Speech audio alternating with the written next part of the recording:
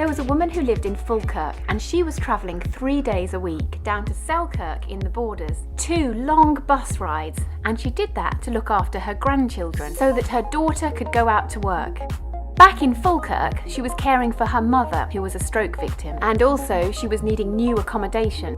So there she is, sitting on a bus, travelling to and from Selkirk and at the end of herself.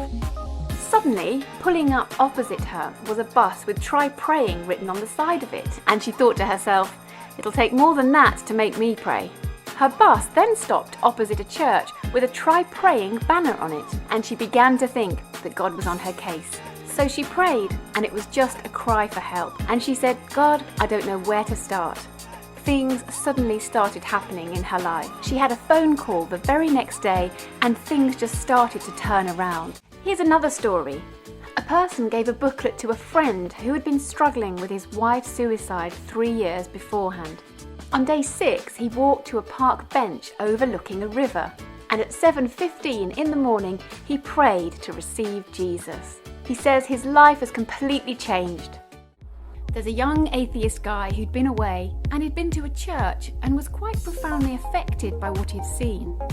He came back to Edinburgh and was pacing the streets.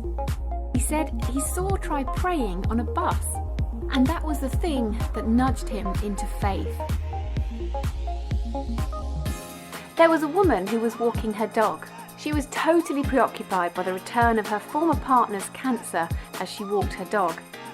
She came across a church which had a "Try Praying" banner outside, and she said she was stopped in her tracks. She had goosebumps on her arms and started praying every night as a result of that.